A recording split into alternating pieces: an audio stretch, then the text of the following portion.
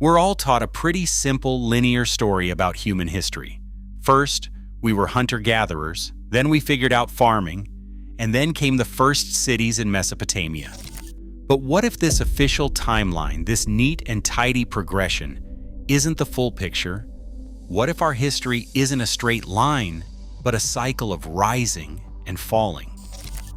Evidence that challenges our standard story is scattered across the globe, from impossible stone structures to the flood myths found in hundreds of ancient cultures. Many will tell you these are just stories, but some researchers believe they are the fragmented memories of a world that came before ours, a world that might have been wiped from the face of the earth by a cataclysm 12,000 years ago. What if history forgot its first, and maybe even its greatest chapter? The story we all learn in school begins about 6,000 years ago in Sumer, in what's now modern-day Iraq. This is where, we're told, the first cities, writing, and laws all just burst into existence. Before this, humanity was supposedly primitive, living in small bands of hunter-gatherers who were not capable of large-scale projects. For decades, that was the bedrock of history. And then, a discovery was made that threw a huge wrench in that timeline. In southeastern Turkey, a German archaeologist named Klaus Schmidt began digging at a site called Göbekli Tepe. What he found was something that, according to the official story, should not exist. It is a massive complex of huge, T-shaped stone pillars, some weighing up to 20 tons, all arranged in perfect circles. They are covered in detailed carvings of animals, foxes, boars, cranes, and predators. Carbon dating puts its construction at around 12,000 years ago. That makes it 7,000 years older than Stonehenge and the pyramids. The implications are just staggering. Göbekli Tepe was built by people we have long considered to be simple hunter-gatherers. It shows a level of engineering and organization that was thought to be impossible for that time. Mainstream archaeology has had to adjust its thinking, now accepting that complex hunter-gatherer societies did, in fact, build it. This discovery has completely flipped the old theory on its head. It now seems that instead of farming leading to settlements and religion, it might have been the other way around. The shared drive to build these massive religious structures may have pushed people to invent agriculture to feed the workforce. Göbekli Tepe is the first major crack in the established timeline. It proves that complex societies existed far earlier than we ever imagined. But the site was deliberately buried around 8,000 BCE, which preserved it for thousands of years, but also leaves us with a ton of questions. What kind of society built this incredible place, and where did they go? Why would they bury their own temple? Proponents of alternative theories ask, could Göbekli Tepe be not the beginning of our story, but a memorial to a world that was about to disappear? Right around the time Göbekli Tepe was built, the world was going through a sudden and violent climate catastrophe. After centuries of warming at the end of the last ice age, temperatures suddenly plunged, and the northern hemisphere fell back into a deep freeze that lasted more than 1,000 years. This period is known as the Younger Dryas. For a long time, its cause was a huge mystery. Now, a fascinating but highly controversial idea is making the rounds. It is called the Younger Dryas impact hypothesis, and it suggests that around 12,800 years ago, a massive comet broke up, and its fragments exploded in Earth's atmosphere. These were not direct hits that would leave craters, but air bursts that would have created a shockwave of unbelievable power and heat. It is important to be clear, this hypothesis is still largely rejected by mainstream scientists, who point to a lack of consistent, reproducible evidence and who suggest other causes, such as a massive influx of fresh water from melting glaciers disrupting ocean currents. Supporters of the impact theory, often associated with the Comet research group, point to clues in the geological record. They cite the black mat layer found in sediment across multiple continents. and it dates right to the start of the Younger Dryas. Inside that layer, they have found materials that proponents say can only be explained by a cosmic impact. The cited evidence includes nanodiamonds, microscopic diamonds formed by the extreme heat and pressure of an explosion like this.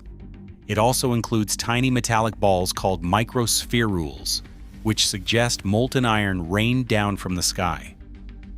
Supporters point to high levels of platinum, a metal that is rare on Earth but more common in comets.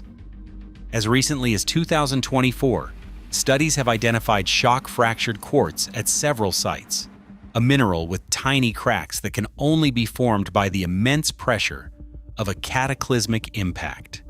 Still, the evidence remains hotly disputed in the scientific community. If such an impact did occur, the effects would have been apocalyptic. Continent-spanning wildfires would have blocked out the sun and triggered sudden cooling. The heat would have flash-melted parts of the North American ice sheets, unleashing floods described in many ancient myths. This event could have contributed to the extinction of Ice Age megafauna such as the woolly mammoth and the saber-toothed cat. It would have acted as a global reset, a cataclysm that could have destroyed any advanced civilization that existed at the time, leaving only scattered survivors. So if a great civilization was wiped out, where is the proof? Proponents of this idea argue it has been staring us in the face. We have just been attributing it to the wrong people, and they say we need to look again at the world's most mysterious ancient sites with a new timeline in mind. Let's head to Egypt, to the Giza Plateau. We all know the Great Sphinx. Officially, it is dated to around 2500 BCE, to the time of the pharaoh Khafra. But a controversial theory, known as the Sphinx water erosion hypothesis, challenges that date.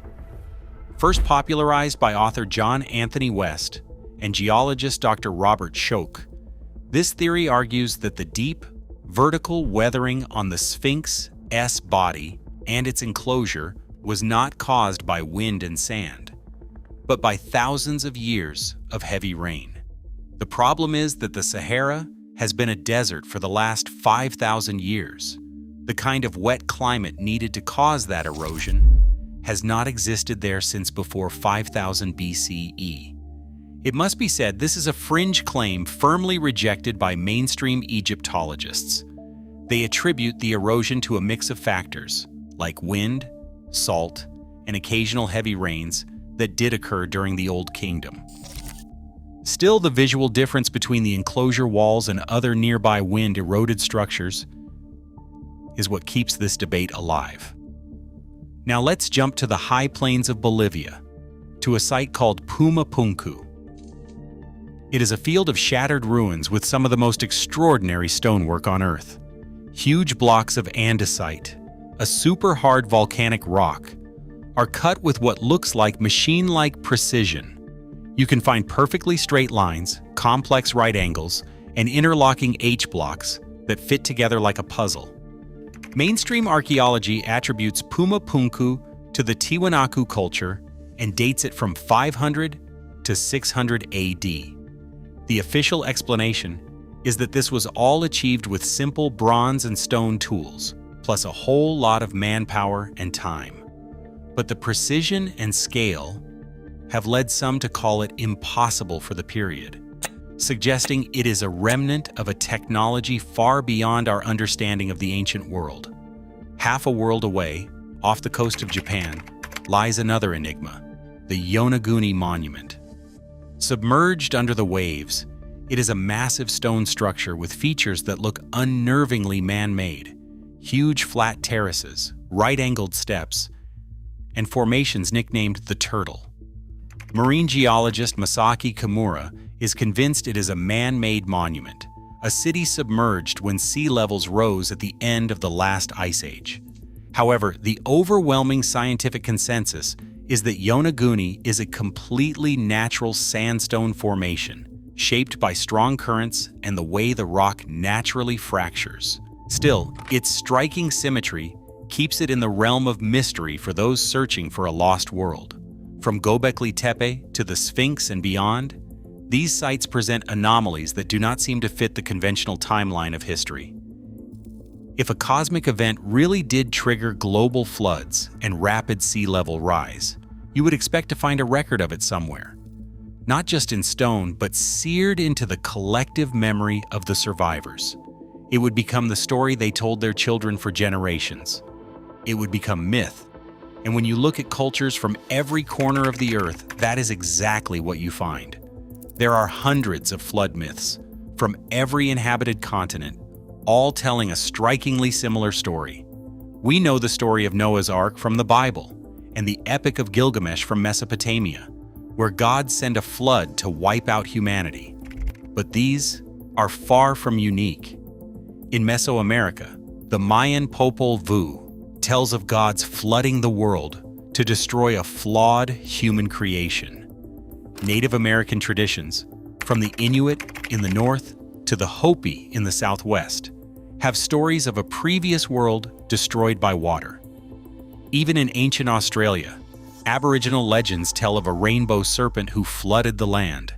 Anthropologists and historians traditionally explain these myths as memories of local events, such as a river overflowing or a tsunami hitting a coast. They believe the similarities come from shared psychological archetypes, or from stories spreading from one culture to another over time. But advocates for the lost civilization theory ask, is it just a coincidence that so many cultures, separated by oceans and thousands of years, all remember a world-ending flood?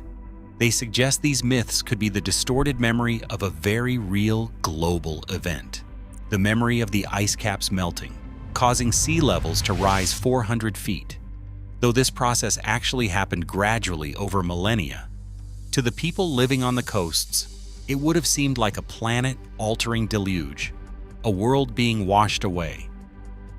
So what happens when you try to connect all these dots? The geological evidence for a cataclysm, the archaeological anomalies, and the global flood myths. You get a stunning, all-encompassing hypothesis championed by authors like Graham Hancock. The theory goes like this. Before our recorded history, there was a highly advanced global maritime civilization. They had a profound mastery of stonework, engineering, and astronomy. They built Göbekli Tepe and maybe even the original structures at Giza. Then, around 12,800 years ago, their world was destroyed by the Younger Dryas cataclysm. Their coastal cities were sunk, their civilization was wiped off the map, and the world was plunged into a dark age. But according to this hypothesis, small groups of survivors, the keepers of the old knowledge, managed to escape. Over the next few thousand years, they traveled the world, found the scattered bands of hunter-gatherers who had also survived, and tried to restart civilization. They settled in places like the Nile Valley, Mesopotamia, and Mesoamerica, becoming the mysterious, civilizing heroes that pop up in so many ancient myths. This theory attempts to explain some of history's greatest puzzles, like the seemingly sudden emergence of complex civilizations, or the advanced astronomical knowledge found in ancient cultures. Perhaps agriculture wasn't invented independently in 6 different places right after the Younger Dryas. Perhaps it was a transfer of knowledge from these survivors. It's a grand theory. It must be stated clearly, this remains pure speculation. Mainstream archaeology and science rightly point out that there is a complete lack of direct, unambiguous evidence. No tools, no bodies, no confirmed ruins of this supposed mother culture have ever been found. The claim that civilizations like Sumer or Egypt appeared without a precursor is also false. Archaeologists have found extensive evidence of precursor cultures, like the Ubaid in Mesopotamia and the Naqada in Egypt. Critics argue the entire hypothesis is built by connecting unrelated anomalies to create a compelling, but ultimately unsupported, story. The search for a different story of our past is one of the greatest detective stories of our time, and it challenges us to question what we think we know. The anomalies are real. The questions they raise are valid. What piece of evidence do you find the most compelling? Tell us in the comments. If you are fascinated by the effort to piece together the puzzles of our forgotten history, make sure to let us know by hitting that like button. And do not forget to subscribe to join us as we continue to dive deep into the mysteries of the ancient world. We are left at a crossroads with two very different stories of our past. One path is the accepted narrative of a slow, linear march of progress. It is a path that is well documented, and it has to contend with a growing number of anomalies that do not quite fit. Mainstream science sees these anomalies not as a crisis, but as opportunities that expand our understanding of what early humans were capable of. The other path tells a far more dramatic story, a story of a brilliant, forgotten civilization and a cosmic catastrophe, a story of a human race with a case of collective amnesia. This view is supported by a web of circumstantial evidence that, when woven together, paints a picture of a past more epic than we could imagine. Which path is correct? Maybe the truth is somewhere in between. But the evidence for a great cataclysm 12,000 years ago is a real scientific debate. The existence of monumental structures built at the dawn of our current age is a fact, and the myths of a drowned world persist. We are left with a choice. Do we stick with the simple tale we have always been told? Or do we acknowledge the clues that might point to something more, something lost? What if we are living among the ruins of a forgotten world, unable to read the warnings they may have left behind? The investigation continues.